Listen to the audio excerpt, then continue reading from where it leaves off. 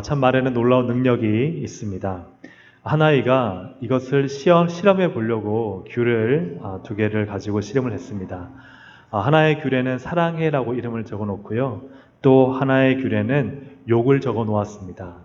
하나의 귤을 그 사랑해라는 귤을 보면서는 항상 사랑해라는 마음을 담아서 사랑해 사랑해 사랑해 주었고, 또 하나의 귤 욕을 적어 놓은 귤을 보면서는 좀 못되게 그렇게 그 적혀진 욕을 매일매일 했다고 합니다. 그러자 어떤 결과가 일어났느냐, 이 욕귤은 욕을 많이 먹은 귤은 폭삭 썩어버렸습니다. 형체를 알 수 없도록 썩어버렸는데, 이 사랑해라는 이 말을 들은 귤은 비록 그 안에가 조금 가벼워지긴 했지만, 수분이 증발하고 이런저런 것으로 좀 가벼워지긴 했지만 굉장히 처음에 그 상태를 잘 유지하고 있더라 하는 것입니다. 이처럼 말이라는 게 얼마나 그냥 사람에게뿐만 아니라 한낱 이 귤에게도 영향을 미치는가 하는 걸 알 수가 있습니다. 교수이면서 커뮤니케이션 소장인 목사님 한 분은 또 양파로 실험을 했습니다. 양파 하나에는 너 미워 재수 없어 라는 말을 붙여놓고 날마다 이 양파를 향해서 뭐라 그랬다고요? 너 미워? 재수 없어, 이렇게 얘기를 한 거예요. 또 하나의 양파에는 사랑해 참 예쁘다, 뭐라고요? 사랑해 참 예쁘다. 옆에 있는 분들한테 사랑합니다, 참 예쁘십니다 한번 주님의 사랑으로 축복합니다. 참아 너 미워 이렇게 말은 시킬 수가 없습니다. 어쨌든 사랑해 너 참 예쁘다 하는 양파가 있었고, 너 미워 참 재수 없어 하는 양파가 있었습니다. 시간이 지난 다음에 제가 이것은 다 보여드리지 못하지만 인터넷으로 확인해 보니까 하나 양파에는 그 양파 이렇게 자라면 위에 그 뭐라 하나요? 파처럼 쭉쭉 뻗어나는 그게 엄청 높이 자란 게 있고, 하나는 그것이 자라다가 거의 한 0.5cm 자랐을까요? 그렇게 시들어 버린 게 있습니다. 결과가 어떤지 아시겠죠? 사랑해 하는 양파는 이렇게 길게 아주 싱싱하게 자라고, 미워해 하는 양파는 그냥 자라다가 말고 아예 자라지 않는 그런 것을 제가 확인을 했습니다. 이렇게 사람의 말이 위력이 있다면 하나님의 형상으로 지었기 때문에 우리의 말이 이렇게 위력이 있는 것이죠. 그렇다면 하나님의 말씀에는 얼마나 놀라운 위력이 있겠습니까? 오늘 창세기 1장이 그 말씀을 하고 있죠. 천지를 무엇으로 창조하셨나요? 말씀으로. 그러니까 이 하나님의 말씀은요, 엄청난 권능과 권세가 있는 것입니다. 그 말씀을 어디에 담아두셨습니까? 성경에 담아두셨어요. 그러니 하나님 말씀을 읽고 성경을 읽는 사람은요, 권능 있는 자가 되고 권세 있는 자가 됩니다. 제가 되게 말이 어눌했습니다. 말에 힘이 없었습니다. 그래서 제가 말하면은 주위 사람들이 잘 못 알아들었어요. 제 목사님, 그때는 목사가 아니었죠. 그때는 준영아 무슨 말 하냐 이렇게 어떤 말에 힘도 권세도 없었습니다. 근데 제가 대학이 졸업 아니죠. 군대를 제대하고 나서 항상 말씀을 한 장씩 교독으로 읽으면서 밤 12시에 그렇게 말씀 읽고 말씀 듣고 기도하는 시간을 몇 달 동안 그렇게 가지면서 훈련을 받았습니다. 그때 한 절 한 절씩 또박또박 따라하는데, 그 시간이 지나고 나니까 그나마 말에 힘이 생기는 거예요. 그리고 제가 말하면은 주위 분들이 설득이 되어지는 거예요. 전에는 그런 사람이 아니었는데 하나님 말씀을 읽고 있다 보니까 놀랍게도 말도 권세가 있어지고, 그리고 지혜도 하나님이 주시는 거예요. 저는 너무너무 이 하나님 말씀의 권세가 있다는 걸 깨달았습니다. 또 한 번은 제가 고3 때 깨달았는데요. 제가 고3 때 자율학습을 하기 전에 항상 성경을 30분씩 읽었어요. 항상 성경을 30분씩 읽을 때 딱 식사하고 나서 7시부터 저 교무실에서 선생님이 이제 공부할 시간이라고 이렇게 뚝뚝 두드리면서 막대기로 뚝뚝 두드리면서 이제 옵니다. 이제 너희도 공부해야지. 그러면 조용해요. 그러면 다 교과서를 펴고 자습서를 펴고 공부합니다. 저는 그때 성경을 폈어요. 성경을 펴고 잘 이해하지도 못하는 서신서를 계속 5장씩, 6장씩 읽었습니다. 그때 읽고 기도했어요. 하나님, 공부합니다. 이제 지혜를 주세요. 지혜를 주세요. 그렇게 해서 제가 고3을 보냈습니다.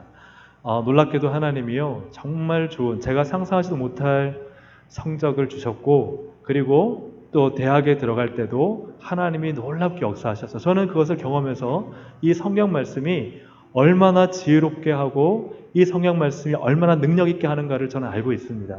사랑하는 여러분, 자녀를 잘 되게 하고 싶으시면요, 정말 좋은 방법이 있습니다.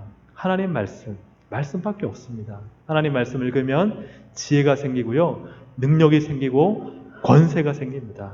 그리고 그 말이 땅에 떨어지지 않게 하십니다. 사랑하는 여러분, 하나님의 말씀으로 정말 서시기를 주님의 이름으로 축복합니다.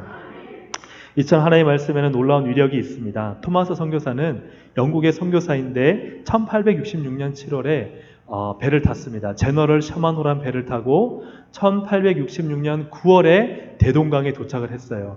그런데 이 셔먼호는 상선이었기 때문에 무역을 하러 이 조선 땅에 왔는데 조선에서 받아들여주지 않고, 그때 이 셔먼호 선장이 나름 협상을 한다고 하다가 이익현이라는 사람을 감금하니까 여기에 분노하고, 당시에 또 세국 정책으로 인해서 이 셔먼호를 공격해서 대포로 부서뜨리고 불태우고, 그래서 그 안에 있는 사람들이 막 이제 도망 나오기 시작하는데 다 죽여버리는 거예요. 그때 이 셔먼호에 탔던 이 토마스 선교사님은 가지고 있던 성경책을 뿌리기 시작했습니다. 복음을 전하기 위해서 이 땅에 왔으니 갖고 있는 한자로 된 성경을 막 뿌렸습니다. 뿌리고 막 한글로도 번역된 걸로 알고 있습니다. 이게 뿌리고 나서 그 다음에 내리는데 그가 칼로 목 베어 죽기 전까지 성경을 뿌렸어요. 그때 12살 소년인 채치량이라는 이 소년이 성경책 3권을 가지고 갔습니다. 그때 한 권을 박시영이라는 분한테 전달합니다. 근데 박시영이라는 분이 어떻게 하냐면은 이 성경책, 그 당시 종이가 귀하지 않습니까? 이 성경책을 다 뜯어가지고 벽지로 쓴 거예요.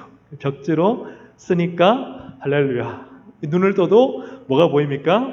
성경 말씀이 보이고, 일어서서 옷을 입어도 뭐가 보입니까? 성경. 누가 전도한 것도 아니고, 그리고 누가 말씀을 가르친 것도 아닌데 성경 읽다가 예수를 믿은 거예요. 성경 읽다가 예수를 믿고, 그리고 자신이 예수님을 구주로 영접한 다음에 거기에 교회를 써요. 자기가 사는 집을 교회로 내놨어요. 그것이 널다리골 교회고, 이 교회가 후에 평양 장대현 교회, 우리가 잘 아는 길선주 장로님, 길선주 목사님이 심우하신 그 교회의 전신이 되는 역사가 있었습니다. 하나님 말씀을 단지 읽기만 해도 하나님은 이토록 놀라운 역사를 일으키신 줄로 믿습니다.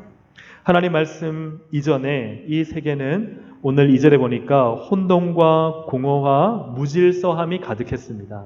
하지만 하나님 말씀하시니 어떤 일이 일어나요? 창조와 함께 질서가 잡히고 경계선이 그어집니다. 낮과 밤이 구별되죠. 이런 모든 질서를 주시고 또 이런 모든 혼돈과 무질서를 질서의 상태로 가장 아름다운 창조 세계로 만드시는 것은 무엇이냐? 하나님 말씀이라는 거예요. 우리의 마음이 혼돈하고 공허하고 허무하고 어떻게 인생을 살아야 될지 모를 때 우리의 말씀에 참된 질서를 주는 이 능력은 어디에 있느냐? 성경에 있습니다. 하나님 말씀에 있다는 거예요. 그래, 내가 너무 힘들고 어려울 때요, 그때 하나님 말씀을 배우면요, 하나님 말씀을 읽다 보면요, 내 마음이 안정이 되고 평안이 임하고 질서가 잡히고 뭔가 길이 보이고, 아멘 아무도 안 하셔서 행복해지고 소망이 생기고 능력이 나타나는 줄로 믿습니다.